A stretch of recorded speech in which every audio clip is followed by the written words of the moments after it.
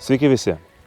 Šiandieną noriu Jums papasakoti ir trumpai pristatyti individualų namų projektą pavadinimu Švedų pievos. Projektas Švedų pievos randasi šiaurinėje Vilniaus miesto dalyje, šalia pat Avižienių, Pikutiškių gatvėje.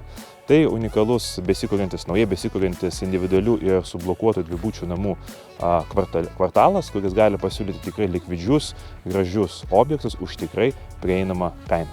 Projektas Švedų pievos susideda iš dviejų etapų. Pirmas etapas jau yra gyvendintas ir pilnumoj pastatytas.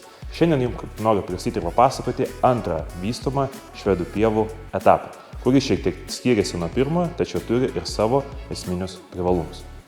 Nors rinkai mes siūlome sublokuotus namus, tačiau nei viena gyvenamosios patalpos siena nesijungia su kaimynu. Ir viduje būnant, tu jautiesi kaip normaliam gyvenamajam name, o mus jungia tik tai ūkinė patalpa - katilinė.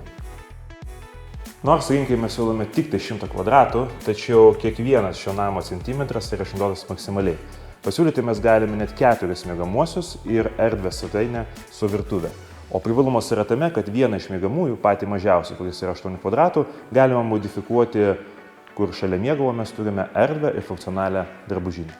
Būnant šito projekto viduje, erdvę mes jaučiame visur, kadangi miegamieji ir kitos gyvenamosios patalpos turi lubų aukštį 3,30 cm, o svetainė su virtuve aukščiausiasis taškas yra 4,5 m aukščio.